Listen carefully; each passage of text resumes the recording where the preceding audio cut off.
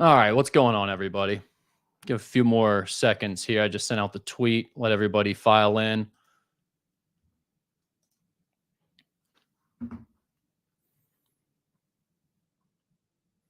I think we're going to have Paul Fritzner checking in here in a minute, too. So we'll talk to him. We're going to talk to our Georgia 24/7 writer as we go along here. All right. Let's do it. Welcome into another edition of Musketeer Report Live. It is March 18th, not necessarily the March Madness edition you may have wanted of the podcast, but it's what you're getting. Xavier's season is not over yet. They will take on Georgia in the first round of the NIT tomorrow. That's Tuesday night, 7 p.m. That game will be on ESPN. And I guess that's where we'll start the show. I said we'll talk to Paul Fritzner here in a little bit. We'll talk to the Georgia beat writer for 24/7 here in a little bit. But I think if you're asking me, should Xavier play in the NIT, given that the transfer portal is opening today? I think there are a few reasons that I see that it makes sense or why Xavier might want to play in the NIT. The first is, in my opinion, letting Quincy Oliveri continue this season is probably the most worthwhile reason for Xavier continuing to play. And you can point to other players and everyone deserves the chance, whatever. That's fine. You're probably right about that. But if we're being honest, the one that we all really felt for when the Big East tournament ended the way it did was Quincy Oliveri. I mean, that guy has just meant a lot to this fan base. He had a fantastic season. I think every Xavier fan wants the team every year to play in the NCAA tournament. But for him specifically, that's the reason that he transferred from the mid-major level, was to get that type of opportunity to play in the postseason. And I think most fans would have loved for him to have gotten that opportunity in the NCAA tournament.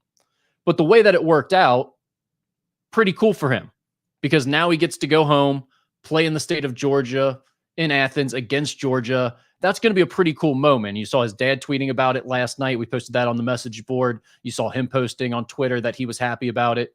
So I think that's where I would start with the NIT. For that reason alone, it's pretty cool that Xavier's going to play this game in Georgia, because Quincy gets to play a game in front of what I would assume would be a lot of family and friends. The second reason, and I'd be curious in hearing the fan base's thoughts on this, how much you guys care about this or not, but I think it probably played into Xavier's decision when it came to do you want to or do you not want to play in the NIT? This is an opportunity for them to avoid a losing season. They're sitting at 16-17 right now. They've never lost a first round NIT game. They are perfect in those games. If they win 2 games in this tournament, they can at least finish 500. They do better. They have a winning season. So you would have the opportunity to avoid that first losing season in a couple of decades. And I think you can argue about how meaningful that is, how much that would matter, especially if you're playing in an extra tournament to get to that point. But I think it is something that some people will care about, and it at least plays into it a little bit from the Xavier side of things of why they would have made that decision. We have a couple of questions already coming in, and they're related to the NIT, so we'll go ahead and go there. Johnny Blade says, why do you think so many teams declined an NIT bid this year? I guess players want to get a jump on the portal, maybe, but I don't think I understand not wanting to play games. I see both sides of this. I get where people are coming from with your basketball players, your coaches. This is what you do. Both sides are now getting paid to do those things, whether it be the coaches have always been paid, but now also the players are getting the NIL money, so they're being paid to play as well. I get that side of it. But I would also say, for a lot of these teams that didn't make the NCAA tournament, that was the real goal. And they didn't hit that goal. And so now they're looking at what's next, and they're trying to improve for next year. And the way the current system has been set up, transfer portal opens the day after Selection Sunday. The transfer portal is the easiest opportunity for players to leverage whatever power that they have, which is becoming a free agent through the transfer portal, trying to get more NIL money, trying to get certain guarantees in terms of playing time or what position you might be. So I think that's where you start with the players. And then from the coach's standpoint too, they also have to think about how are they going to fix their roster and get back on track so they can keep their job earning millions of dollars. And so the current system is set up to de-emphasize a tournament like the NIT or really any postseason tournament that isn't the NCAA tournament. So I kind of get that side of it too, to be quite honest. I don't have a big problem with the teams who opt out of it. Let's face it. The NCAA tournament is all that matters. The other tournaments do not matter. I mean, they're cute, they're fun, there's reasons to play in them, and I get that side of it, but it doesn't actually matter. So I don't really have a problem with the teams that are turning down those opportunities. Paula says those coaches are dumb. And all right, well, the other questions we'll get to later on as we get into those topics. But right now, we are going to bring in our guy, Paul Fritzner, to check in from the Cintas Center. He is actually at practice today, checking in. So we'll go to him right now. Paul, you are at the Cintas Center. Xavier is practicing currently before they leave to Athens later today, right? I assume they are headed out on a flight later this afternoon. Kind of give us the vibes around the Cintas Center, because I think people are kind of talking about what's should Xavier be playing in this thing? Are guys looking to enter the transfer portal? Are they more worried about their next move, or are they focused on the task at hand? And I was just talking about the opportunity for Quincy Oliveri. Seems like one he's very excited about. What are the general vibes around the Cintas Center today? Yeah, I mean, look, nobody's happy that they aren't playing in the NCAA tournament, right? Everybody wants to play in the NCAA tournament, but the reality is they're not there, and they're playing in the NIT, and they're making the most of the situation. They're traveling down to Georgia later today. So they'll be down there. They'll play tomorrow night. Look, Rick, you and I both know the NIT is not the most ideal situation here, but like I said, they're not going to sit out. I was interested last week or the week before when we had kind of started to talk about, is the NIT a possibility? Is this something you guys would be interested in? And immediately the answer was, yeah, we're going to take the opportunity to play more basketball.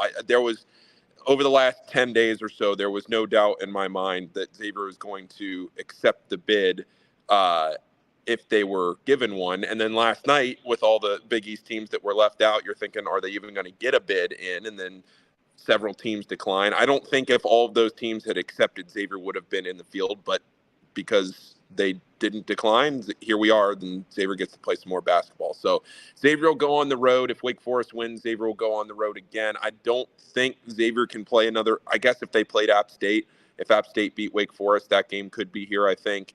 Yeah, I would say, just to answer your question, it's more basketball, and I don't think there's anything more than that. I don't really know, though. You may have a better idea than me.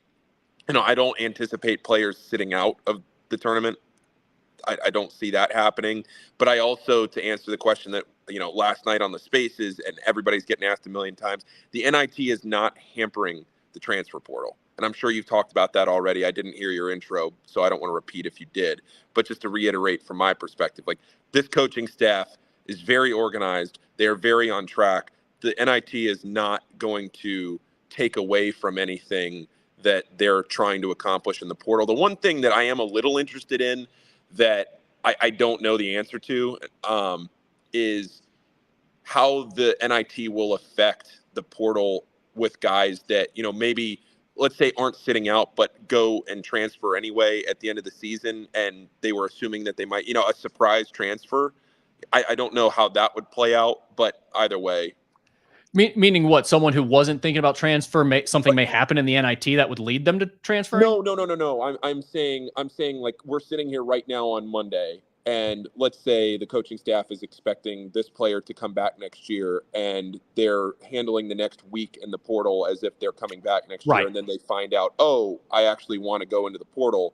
That maybe that is the drawback, but I don't even know. I haven't talked to them enough to know the dynamics of that. I truly don't think that the NIT is affecting next year's team. You can't convince me of that. Yeah. I mean, I get that point of it, and I agree with you that I don't think it's like a major setback. These coaches have been multitasking their entire careers. Like this whole transfer portal starting the day after Selection Sunday is a new concept. They've been used to coaching and recruiting throughout their entire season and all of that stuff. So it's not going to be impossible for them to navigate.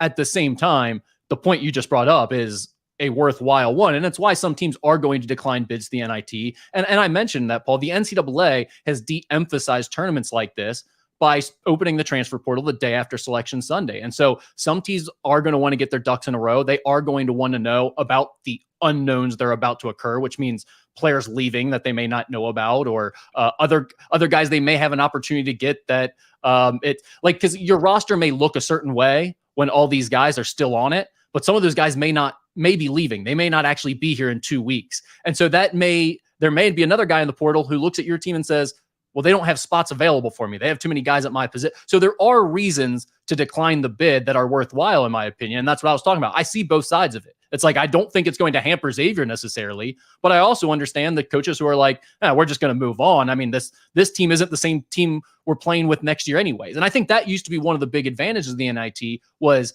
hey, we're trying to play for something bigger towards next year. We're trying to grow this thing for next year. But with the way the transfer portal works now, and teams are so fluid from year to year, I think it's hard to really build on something from an NIT run like Xavier did 2 years ago.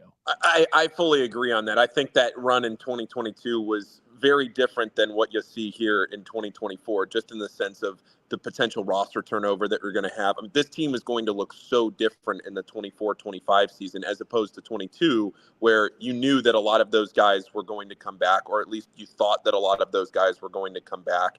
And Tim's question here, does playing in the NIT give coaches one last opportunity to evaluate their teams for who will or will not be coming back next year, or are those decisions already made? The one way I would answer that question, Rick, I'll be very interested to see how they handle two people in the NIT, Lazar and Kachi. Yeah. I think those are my two guys and again, hopefully I'm not repeating anything you said in the beginning, but I think from where Lazar was 3 weeks ago, where I think a lot of fans had thought, oh, well, it's a foregone conclusion that he's transferring, he's gone, don't expect to see him on the team next year. Now, all of a sudden, you're 3 weeks past that. He's played 33 minutes in consecutive games. He's shown at least promise. I'm not going to say that he was the best player on the floor by any means, but he's at least shown some growth that you wish you would have seen earlier in the season. But now you go out there and you have one more opportunity against a Georgia team that, quite frankly, is not a good basketball team right now. Right now, at least. Like, they did not close the season strong. They were great at the beginning of the year, had a fantastic non-conference. They were horrific in January and February leading into March. Xavier probably should win this game tomorrow. So you get, maybe two opportunities at least to see Lazar and a guy like Kachi play again. Yeah, I think that is a major benefit to these two games, assuming they play them. From the coach's perspective, I would imagine they have a pretty good feel for what they want to happen going into the offseason. But I would tell you, I've talked to direct sources involved with different rosters, and Xavier's specifically, but also other teams. And I've had the same source give me completely conflicting information from 1 day to 2 days later on guys about whether they're going to be there next year or not, right? So, like, there are unknowns that are about to occur. And from a fan's perspective, if I'm just looking at it, knowing nothing other than what we've seen so far this year on the court, I don't know. I'm not even sure exactly how I feel about the Lazar, Djokovic, and Kachi situation, where they fit in going forward, whether they should be back or not, how they fit in the plans. So from a fan's perspective, I think it's worthwhile watching those two guys more. I think you hit the nail on the head with those two. I'm fascinated to watch those two and Trey Green. Yeah, I think it's funny when we talked about, the Sean Miller situation a couple of weeks ago, and then you talk about, you're good.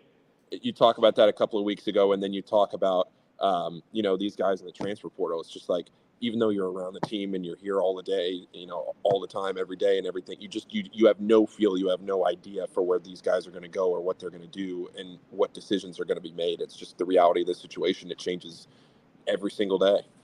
Yeah, absolutely. All right, Paul, we'll wrap it up with this. I'm about to bring in Jordan Hill from our Georgia site. But Johnny asked, would a run in the NIT impact anyone's decision to go or not go into the portal? I dropped out for a moment, so sorry if you already referenced that. We didn't really talk about this yet, but Paul, I don't think it's really going to change anyone's mind. I mean, the only way you could maybe see that happening is if one of these young guys was maybe on the fence about whether or not they're coming back, has a great run in the NIT, and maybe that encourages them to feel good about the situation. But that's the only argument I could really see being made about. Yeah, I agree. I honestly have nothing else to add to that, because I think you're spot on. The sample size here, I mean, Xavier could lose tomorrow. They could win the whole thing. You have no idea what you're going to get. I think guys' decisions are probably pretty much already made. I would agree. All right, Paul, thanks so much for checking in from the Cintas Center. And are you making the trip to Athens? I'm not. I will not be down there. I will be this weekend. I'll be with Marquette on behalf of the Big East. Okay. So I don't know what they're, like if Wake Forest wins, I don't know if they would go straight from there to Wake Forest. It's just the logistics there were a little much. So I'll be in Indianapolis this weekend with the Golden Eagles, Thursday, Friday, Saturday, Sunday. So that's the commitment. But obviously with this, I'll be watching. All right, perfect. Well, Paul, thanks for checking in from the Cintas Yep. Center. Really appreciate it. Yep. See ya. All right, Paul Fritzner, always good stuff with Paul there. And next we are going to Jordan Hill from our Georgia 24/7 site. Jordan, thank you for checking in today. I know it's a busy day for you as we try to do this quick turnaround here. It's not like the NCAA tournament where you get to wait till Thursday to do your prep work and get your preview article written and everything. You got to do it here in 24 hours. So first of all, we'll just start with this Georgia season. You go through the non-conference, the team's winning games, they're playing pretty well. And even through the first, I would argue maybe, 4 or 5 games of the SEC play, things are still looking pretty good. I mean, the 2 losses are to Kentucky and another really good team. I can't even remember. Tennessee, I believe, at the time. Close game to Tennessee. What changed? What was the narrative? What was the story of this season? What changed at that point? Well, I think the biggest thing, Rick, is just close but not close enough with some of these games. You look at the Tennessee game, they were up like 11 with maybe 6 minutes to go. They led Alabama through the entire first half, and a good chunk of the second half, and Alabama came through. It's one of those situations with Georgia. This is Mike White's second season that, there was real progress made. I mean, you look at the games they played this year, really, other than Texas A&M, which was late in the season, and you could kind of feel like the season might have kind of gotten away from them a little bit. Senior night, they didn't play the way they wanted to. They wound up not scoring in like the last 6.5 minutes of that game. Other than that, in most of the SEC games they played this year, they were really competitive. I mean, they kept games close, and that wasn't something you saw a lot in year one. There were several blowouts along the way. So it's one of those things where on one side you say, yeah, there's been progress made. They've had freshmen step up, especially in these last few games to end the season and even in the SEC tournament.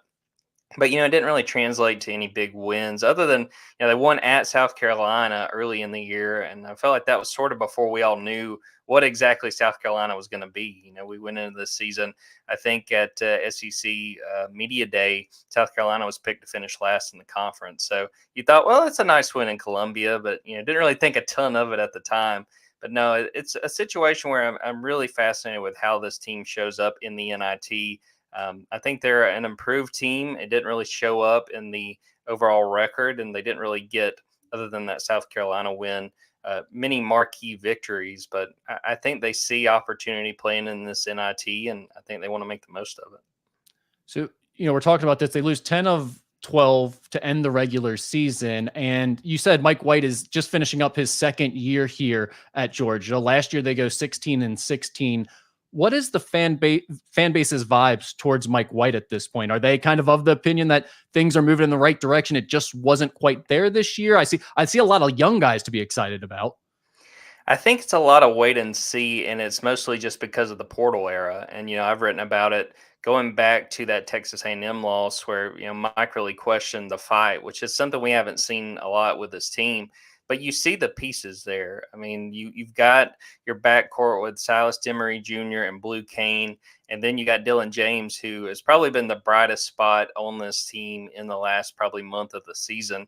But, it's the portal era, Rick. We don't know if these guys are coming back. So Sure. I think there's reason to be excited. You want to see if Georgia's able to keep these guys because those are 3 guys who will just be sophomores next year.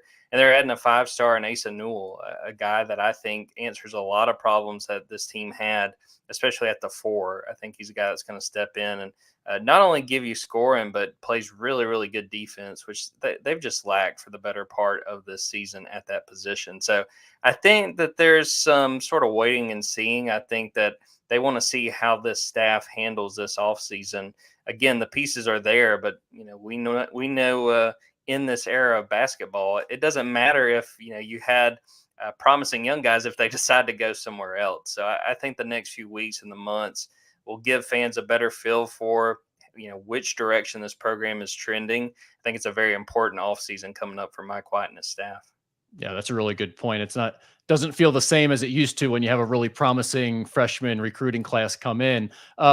Before we get into some of the specifics about tomorrow night's matchup, how's the transfer portal impacting this week for you? I know on my end, there's all types of rumors circulating, even about some of the top players on the roster. I read your story. It seemed like the Georgia team is pretty much focused on the game at hand, and that's all they're talking about. But are there more rumors behind the scenes as far as the transfer portal goes? Well, we've been hearing names about guys who might look at Georgia or who could become, candidates to transfer to Georgia. Rick, I'm sure that's the same there with you. It's sort of just wait and see mode. And again, based on just what I've heard and based even on last night, what we heard from Mike White and Noah Thomason, I think Georgia's going to be full go as far as the transfer portal goes. Really, the only question is forward Jabri Abdur-Rahim, who's been dealing with a foot injury for the last few weeks. But yeah, I'm sure just like you, I've got notifications. They probably popped up, probably 8 or 9 since I've popped on and started talking to you. It's just, again, sort of a wait and see mode. I've seen a few reports so far of guys that Georgia's already reached out to. And again, there's a few names just sort of watching to see if they do, in fact, enter the portal. But it's a crazy time of year. And, for us too, Rick, Georgia spring practice for football is going on right now. So there's never a dull moment. It's going to be really interesting Tuesday. We get to do go to some football interviews, may get to watch a little bit of practice and probably turn right around and go to Stegman Coliseum and get ready for this basketball game. Yeah, fortunately for me, I'm not going to be breaking down any zone blitzes or anything like that anytime soon. So, you brought him up, so let's get started with some of the personnel on this Georgia team. The big question on everyone's mind is Jabri Abdur-Rahim. How is the injury? I know you mentioned that he's day to day. Is there any other updates aside from that? No, not really. And it's been sort of the same thing since the Ole Miss game. That was the second to last regular season game where it's just been, they've been kind of watching to see if he's been available. He made the trip to Auburn for the regular season finale, which makes you think, if there was no shot, then they wouldn't have taken him. And it was the same in Nashville for the SEC tournament, but he didn't play in any of those games. I'm sort of doubting that we're going to see Jabri. I do think that he's going to do everything he can, especially because he's an older guy. He's been at Georgia. This is third year now. This is his first chance, or would be his first chance, to play in the postseason. So based on what I've heard, I'm not expecting him to play, but I do think he's a veteran guy. He's a guy that's been credited with being a really strong leader for this team, keeping this team together.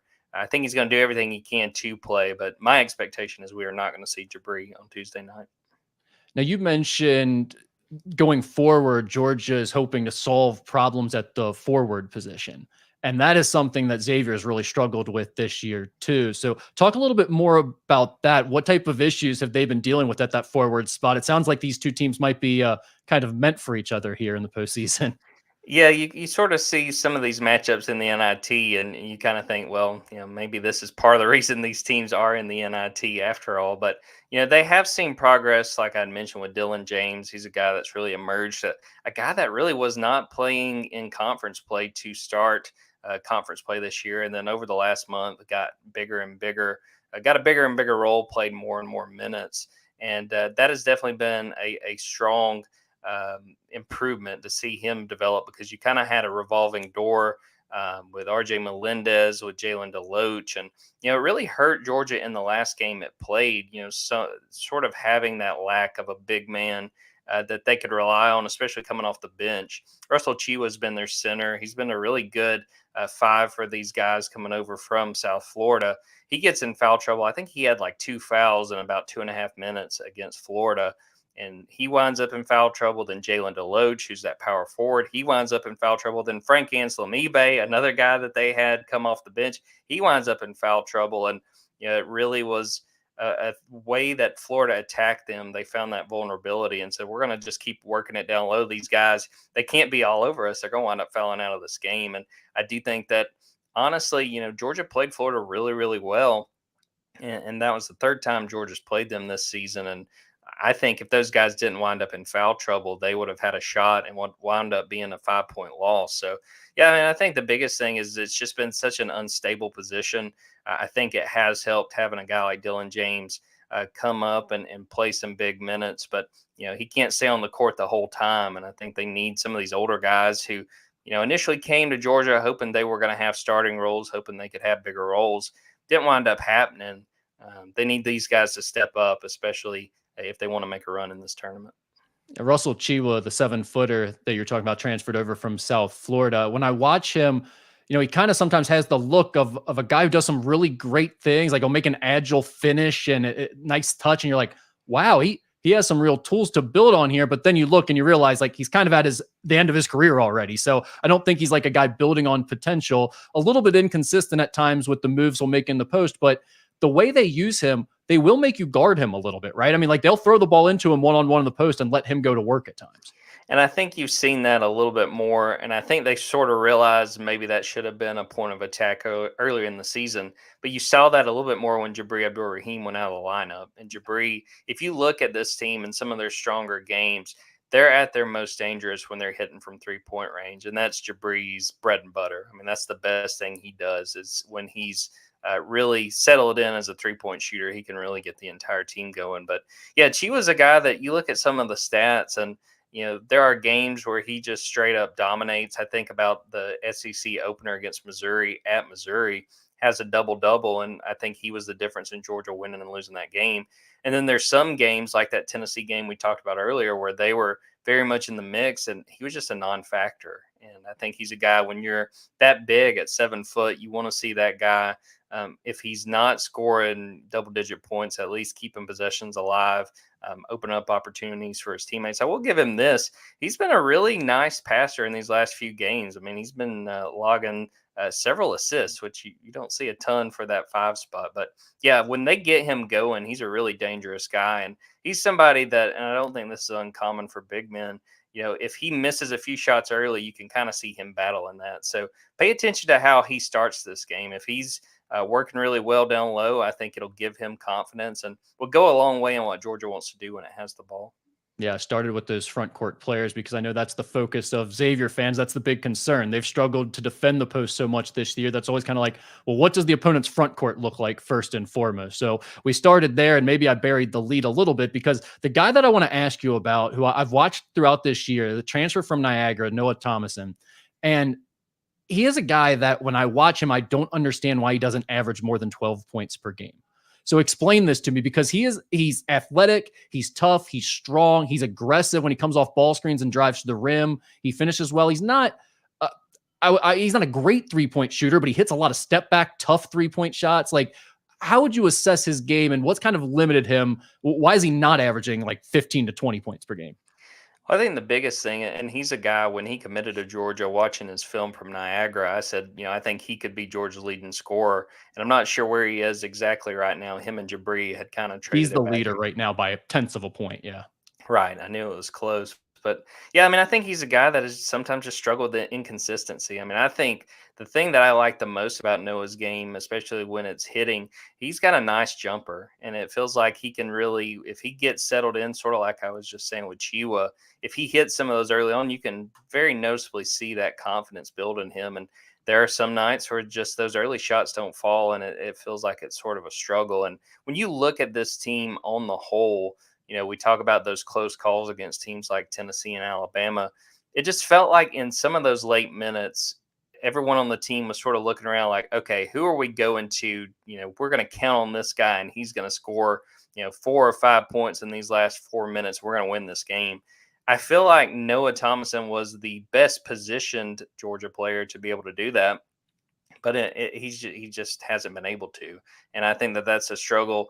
And it's not really just on Noah. I don't think this team has one guy that they can rely on and say, we can count on this guy to get a bucket. So Noah's really dangerous. I think he's done a really good job this year, and he's come through in some big moments. But I think that, you want to see that shooting guard maybe come through and be that guy, especially with what he has around him. He's had his moments, but I think sometimes, he's not been that answer that you would want and say, we can count on this guy in these final minutes of a game.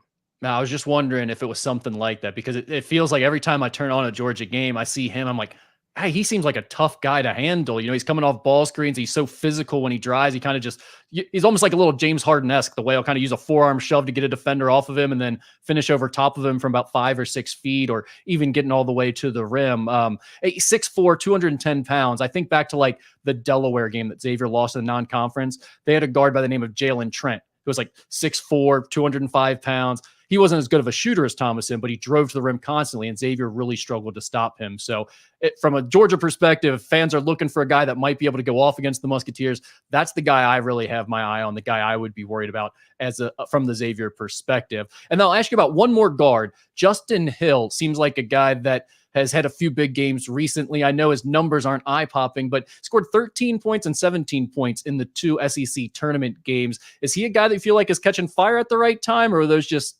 aberrations or game plan, scouting report, matchup type things?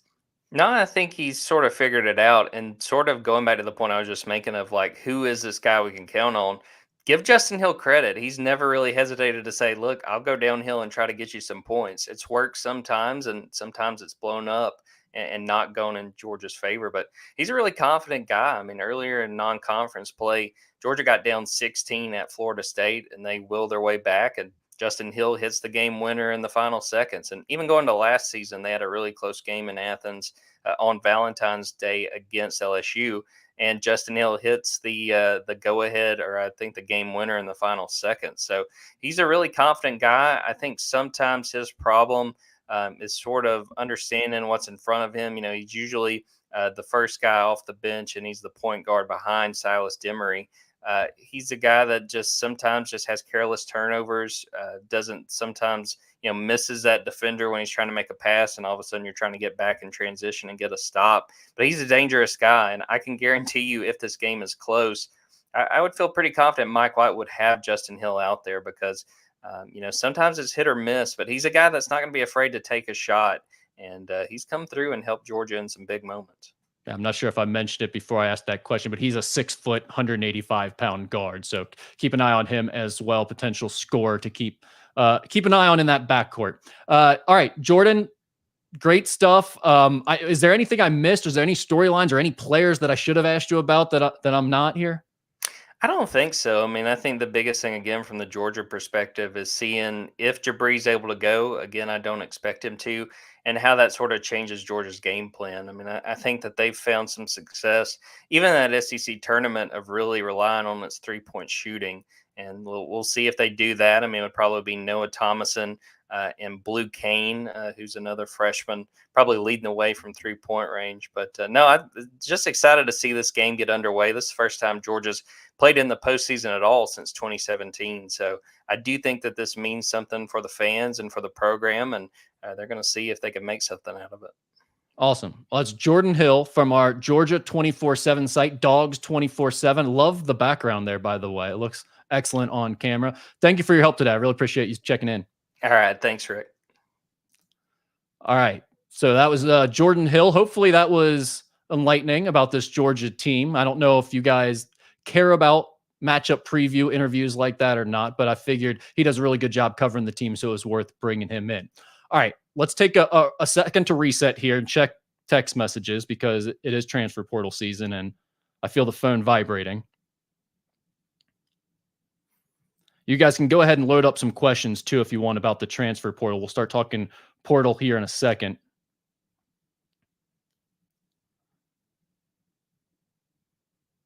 Okay. I think we're all good for the time being. I don't see anything too crazy popping off. So let's wrap up the conversation about NIT, NCAA tournament, March Madness, all that type of stuff. I think Paul and I pretty much hit on all of the Xavier related topics. As far as the draw in the NIT, all of these teams, when it comes down to is who cares the most, who wants to be there the most. And, I think Xavier is probably like middle of the road in that regard. I think Quincy Oliveri, who's their best player, is excited to play. So they have a decent chance. And certainly the teams that they're going to be playing against aren't impressive. They have plenty of flaws of their own. In terms of the Big East, only getting 3 teams in the NCAA tournament, when I watched the Big East all year, I feel like that's a conference with more than 3 NCAA tournament teams in it. When I go through all the resumes, I'll be honest. I have a hard time getting really worked up about bubble teams not making the NCAA tournament. Like, should Seton Hall probably have been in there? Did they win a lot of quad one games? Was that part of it impressive? Definitely. I can make that argument.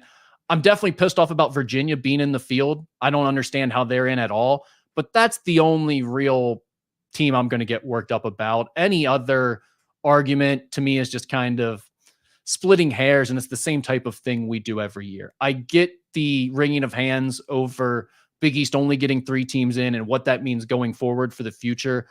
I think it's an aberration. I don't think it's something to be too worried about long term. I think it was kind of a soft year in the middle of the Big East. I mean, think about it. The Xavier team was not great. They went to Providence and won by 20. They went to Seton Hall and won by 18 or 20, whatever it was. Like, the Xavier team beat up a little bit on the middle of the Big East at times, and I don't think the Xavier team was an NCAA tournament team. So I guess looking back, as much as it feels like this conference is so great and it's so difficult at times, maybe it was only like a 3 or 4 NCAA tournament team type of year in the Big East. Maybe that's really what it was. I don't know. I just have a hard time getting too worked up about it. All right. Let's move on to some transfer portal talk, shall we? Transfer portal is open. It opened officially on Monday, today.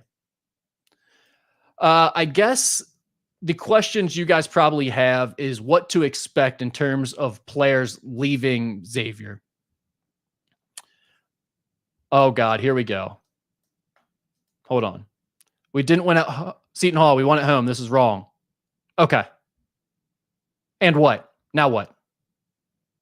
Now what? What does that change?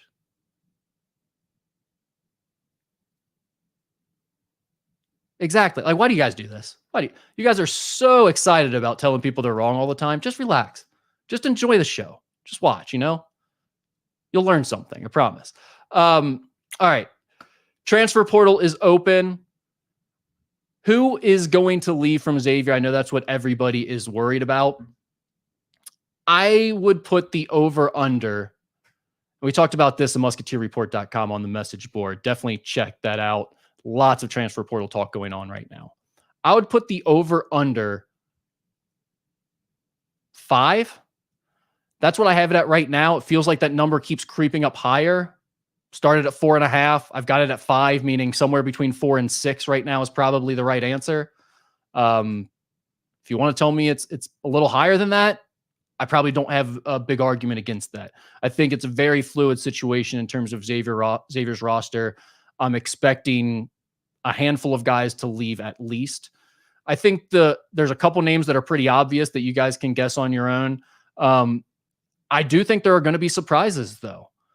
The big name that we're all talking about, if you're on social media, if you're on the message board, you've seen the reports coming out from Trilly Donovan, and there have been some other people now. I know everyone's tracking who Joe Tipton follows on Instagram, because that seems to result in that person then entering the transfer portal. Desmond Claude, there are a lot of rumors out there, and there are reports out there. So those are legitimate. I've heard the same things. I would also add to it that it's not a done deal. I don't think it means he's gone to another school just yet. But I think not just with Desmond Claude, but with all of these players, one thing we have to realize is that the way the system is set up now, the power and leverage that the players have is to enter the transfer portal, become a free agent essentially, and then negotiate for more money, more playing time, the position you want, what have you. That's really the only cards they hold in all of this. So I know people want to get really upset with the players when this stuff comes up or when they decide to do these things, but this is the way the system is set up for them. It's the only option they really have if they want to kind of improve their situation. So I get it's not always fun for fans, but I would be a little hesitant to crush these guys too much. I mean, like, it's going to be pretty common, I think, going forward in terms of guys entering the portal, seeing what's out there. Maybe they leave, maybe they don't, but it is the way they're going to be able to negotiate and leverage. And that's what this has come to. I mean, it's a business at this point. It is for everyone. It's been for the coaches this whole time. Now it's also a business for the players. In terms of how many Xavier will add, I think we've already heard from Sean Miller. 3 to 4 is what he has said in his radio show. I think there's a possibility you might see even more than that. We saw last year played out. I don't think they ever expected to have to keep going into the international market to go get new freshmen and everything at the end of the year like they did because of those end of season ending issues they had with Jerome Hunter and Zach Fremantle in the summer. I don't expect something like that to happen again, but unforeseen things happen this time of year. And that'll be the case again this year. So I'd put that number at 3 to 4 new additions, but don't be surprised at all if it's more than that for Xavier. I think 4 to 5 is certainly possible. In terms of what they're going to prioritize, we don't have actual names yet. I mean, there are maybe a few that are starting to trickle out that you're hearing Xavier's name involved with. We'll have those on the message board as well. But in terms of what they're going to prioritize, I think first and foremost, you have to get front court help. And I don't think it necessarily has to be either position, but I think you have to have a starting caliber player for one of the two positions. Meaning, if you get a starting forward who's a big time player, great. Then I think you feel okay about that with Zach at the center and a forward to go with them. Or if you can get a starting center, same situation, right? Zach's probably better suited to play the 4 anyway. You feel pretty good about that situation, assuming Zach is back. But you have to get a starting level front court piece, bare minimum. I think that's where it starts for Xavier. Then after that, Quincy Oliveri is going to be leaving, and you were already short on shooting this year. So adding shooting is an absolute must. Obviously, with Quincy leaving, that would make sense to add shooting on the wing. But adding shooting across the board, in my opinion, is a huge need for this team. So that's where I start with the transfer portal is front court starter, shooting, likely on the wing. And then from there, I think you can go some best available. I think you'll have to figure out what's going on with the point guard situation. Is Davion McKnight and Trey Green both back? Are you going to have 2 6-foot guards again this year, or does that get changed up? Do you need to find more size for one of those positions? Something like that. So that's probably where my mind goes after finding a starter in the front court and finding 3-point shooting help. What questions do you guys have? I'm ready for your guys' questions.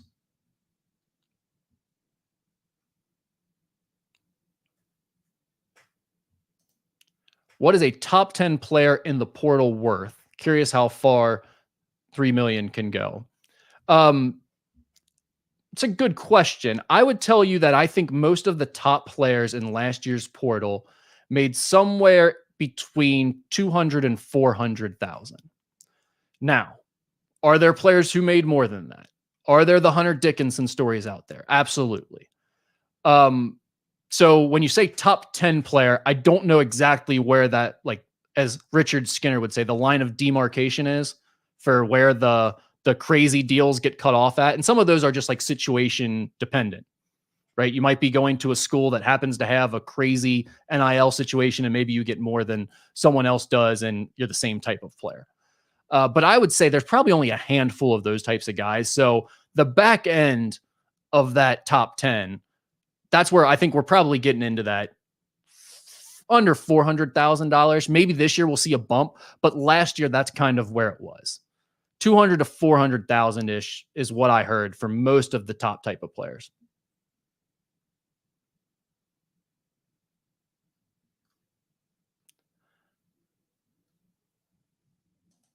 Only one incoming freshman, right? That's correct, Jimmy. They have one incoming freshman. That is Jonathan Powell from Centerville High School. He's a 6'6" wing. He can shoot it from the outside. So he's a guy that's going to help with that long term. But I always worry about relying too much on freshmen, especially when you're saying you're going to be relying on freshmen for 3-point shooting. Because it seems like even the really good ones, I know we all remember Miles Davis's freshman year. Miles Davis is a fantastic 3-point shooter, but he had that incredible slump. And I'm pretty sure that was his freshman year, not sophomore year, but had that incredible slump where he went through. But that happens to freshman players. They either hit a wall or they start slow or they just have a rough patch. I don't want to be relying on a freshman for all of my 3-point shooting or for being my big upgrade in 3-point shooting or to replace Quincy Oliveri for all my 3-point shooting. So Jonathan Powell, a great addition as a freshman. He is the only recruit for next year. But like I said, I think you can't rely on him for all your shooting on the wing.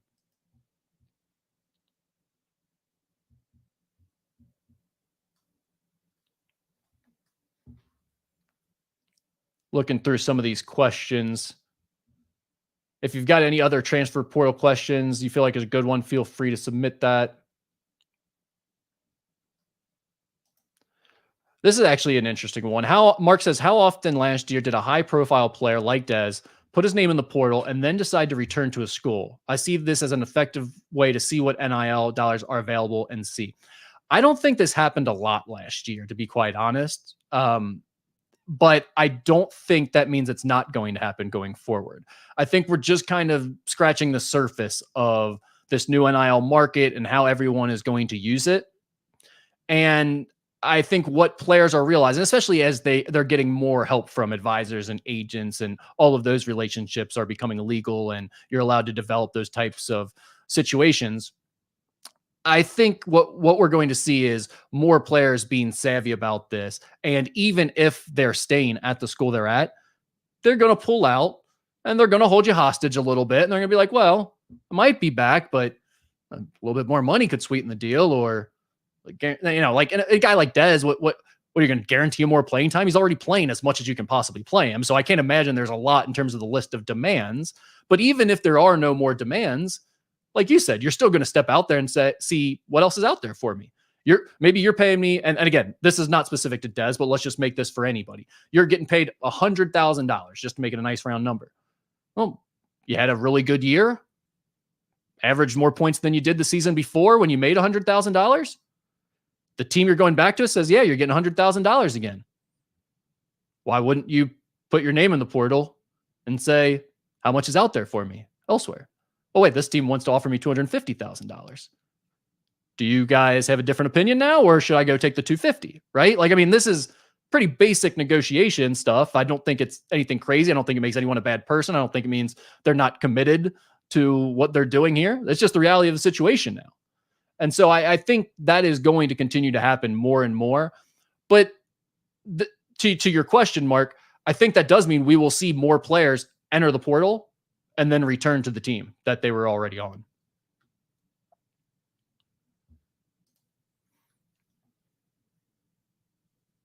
Yeah, that was the second part of Mark's question there, basically saying what I said, which I agree with. Chris says, with Miller's name being thrown around for other coaching ops, do you see that hurting us significantly with portal players? No, I don't. I mean, the biggest name or job that Sean's name came up for was the Ohio State job. And that was the most concerning one, at least so far. And I don't know how many more jobs would open up this year that would be more concerning for a Xavier head coach and Sean Miller specifically than Ohio State. So now that they've moved on, they've already hired their coach, I think, and it's before the portal even opened. I don't think it's really going to hurt Xavier much at all. In fact, I think they're probably moving forward in more of a position of strength now than they were maybe a month ago when those rumors were starting to pop up, because it's kind of been put to bed. It didn't really gain a whole lot of traction nationally. It seemed like Sean was pretty set to come back to Xavier. So I don't think that's going to hurt Xavier at all this year.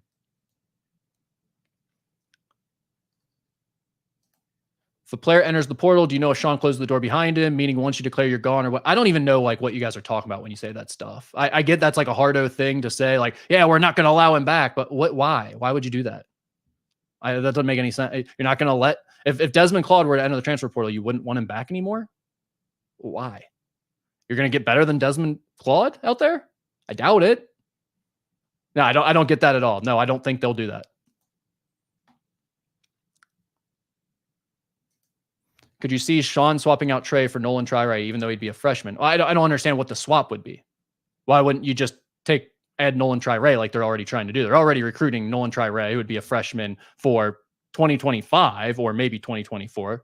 Yeah, I don't know. I'm not sure I see that being a swap. I just think they would try to add both. Do you think the coaching support staff will change at all for the 2024-25 season?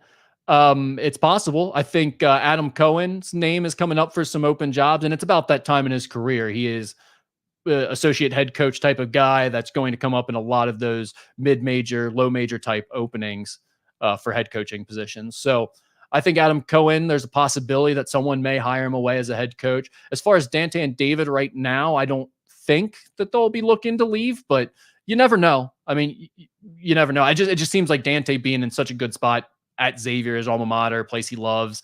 And with David, Sean brought him here. He came here for a reason. I would assume he's pretty excited about building this thing with Sean, but you never know. I certainly don't think Xavier's paying like top dollar for the assistants right now. So it's possible someone comes in with a big deal and steals one of those guys away. But for the time being, I haven't heard any farther rumblings about needing to be concerned about those guys.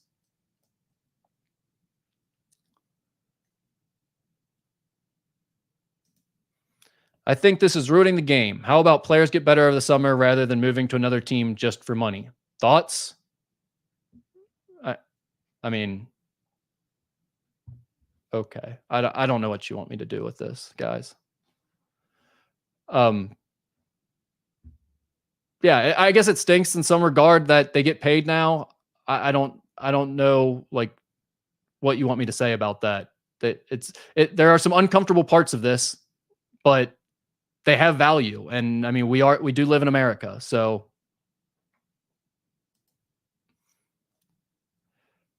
seems like we're running out of steam here on the questions. So it's probably a good time to wrap it up. If you have any good ones you want to get in here, be sure to send it in now. Mark says, do you think someone will sue the NCAA at some point to have more than 4 years of eligibility?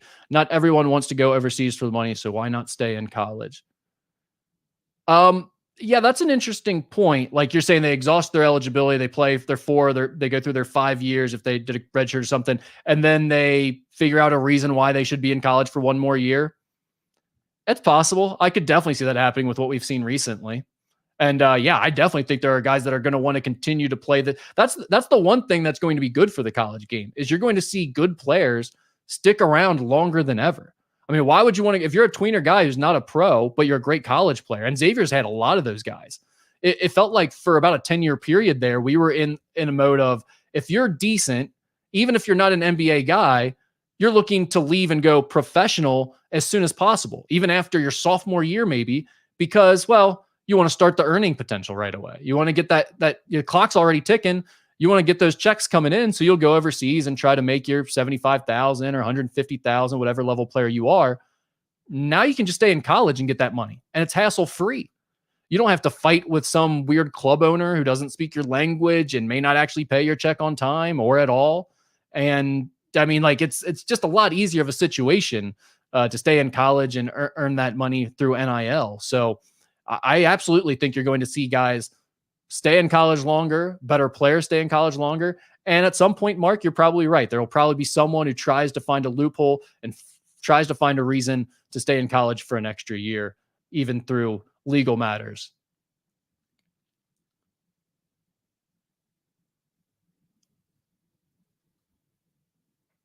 All right. I think that's good for the questions. I don't see any more good ones in there. So thank you guys for tuning in to another Musketeer Report Live. Hopefully you enjoyed hearing from Paul Fritzner and Jordan Hill, our Georgia 24/7 writer. We'll be checking in a lot during the transfer portal, doing these live shows, answering some of your questions, talking about the different news. There's not a lot out there in terms of actual news, transfer portal related stuff. I know we've had a lot of questions on the transfer portal thread on Musketeer Report over the last few days, things like, or over the last 24 hours, I guess it really just started last night.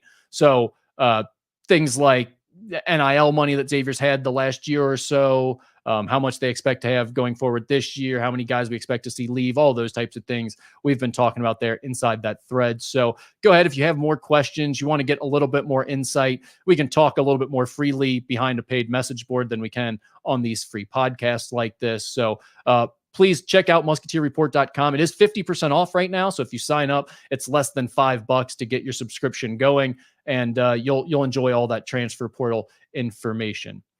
So that does it, I think. Thank you guys for tuning in, and we'll talk to you soon.